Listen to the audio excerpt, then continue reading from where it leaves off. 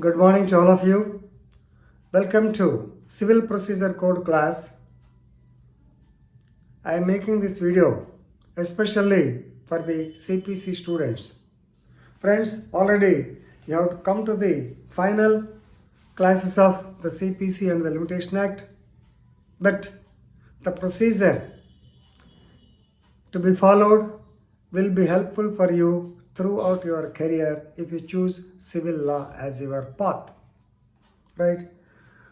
Justice Rabindra Bhatt and Andeep Kumar, I have forgot his name, Rabindra Bhatt and Arvind Kumar, in the case of Yashpal Jain versus Sushila Devi and others, 2023, very recently, they have the Supreme Court, Honorable Supreme Court on 21st of October 2023 gave a slew of directions for the expeditious trial or speedy trial of civil cases. They have given 12 cases. Yashpal Jain case is a classic case where the civil suit was instituted in the year 1982. And Yashpal Jain's Yashpal Jain's father and this man was a minor at the particular point of time. You know, legal disability, Section 6 of the Limitation Act. So after the legal disability has disappeared, then he instituted the civil suit, and so far the legal hairs are not added in this particular case even after 40 or 42 years. What is this? Why the courts are not able to proceed with? Why civil cases are taking so much of long time? So therefore, in order to give a finality to such cases, Honorable Justice Rabindra Bhatt and Arvind Kumar, they have given 12 directions for the expeditious trial of the civil cases. So let us know one by one. I will give you in short nutshell.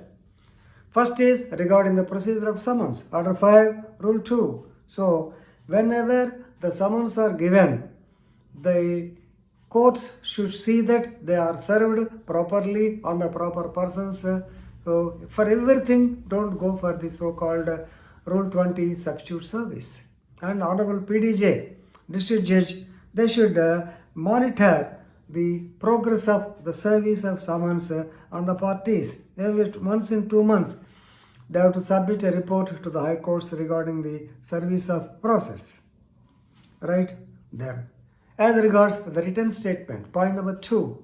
Normally, you all know under Order 8, regarding the written statement, Order 8, Rule 1, the written statement should be filed within 30 days. Of course, you know the order itself extends it up to 90 days. But here, the courts should make it a point that the written statement is filed by within 30 days by the other advocates. Right? So the provision of no doubt it is there, but as far as possible within 30 days you must see that they file the so-called written statement. Next, third point, please remember, when once the pleadings are amended or other things are over, the parties are directed to appear. Appearance, Order 10.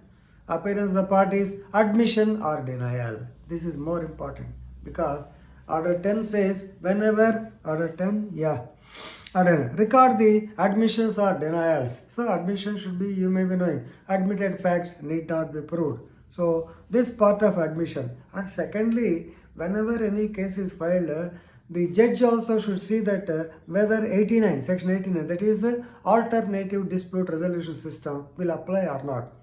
If so, it may be referred to the so-called Lok Adalat. So this should be done immediately.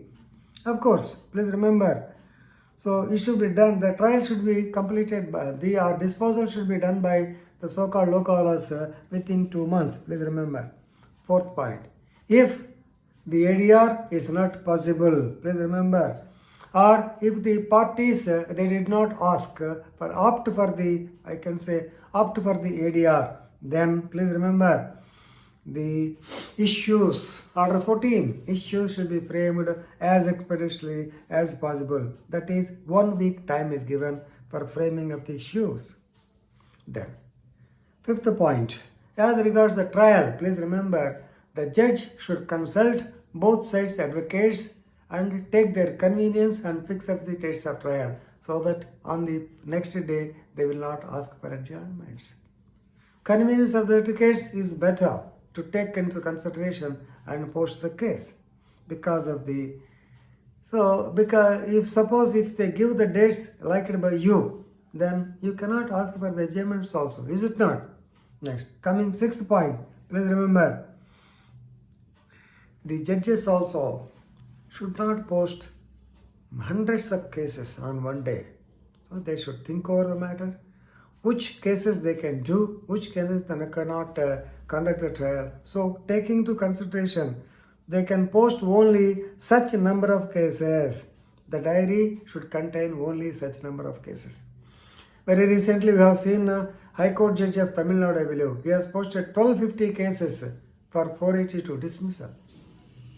So such should not be the case. Seventh point, please remember, Order 11 and Order 12. That is, if any party dies, if any party wants to withdraw, Order 11 and 12, they have to case. The lawyers should take into consideration. And please remember, the Bar Association also should train them in this particular point, because unnecessary pending of cases. Suppose if any person dies, you have to inform the court and the case is almost abated. Then why are you waiting for so many things? Admissions, all these things are Order 11 and 12. Then eighth point, the trial shall be meticulous, scrupulous, and without any failure. Please remember, when once the trial is started, 17, so adjournments should not be given. Now, without adjournments, the case should proceed with. Of course, civil cases, I hope it may not be possible, whatever it is, right? Then, ninth point, as regards the costs also, section 35A of the CPC we are discussing. As regards cost, the cost should be meaningful, reasonable, please remember. And the other party should be able to pay the costs. So reasonability should be unnecessary, heavy or hefty or so-called heavy cost should not be imposed.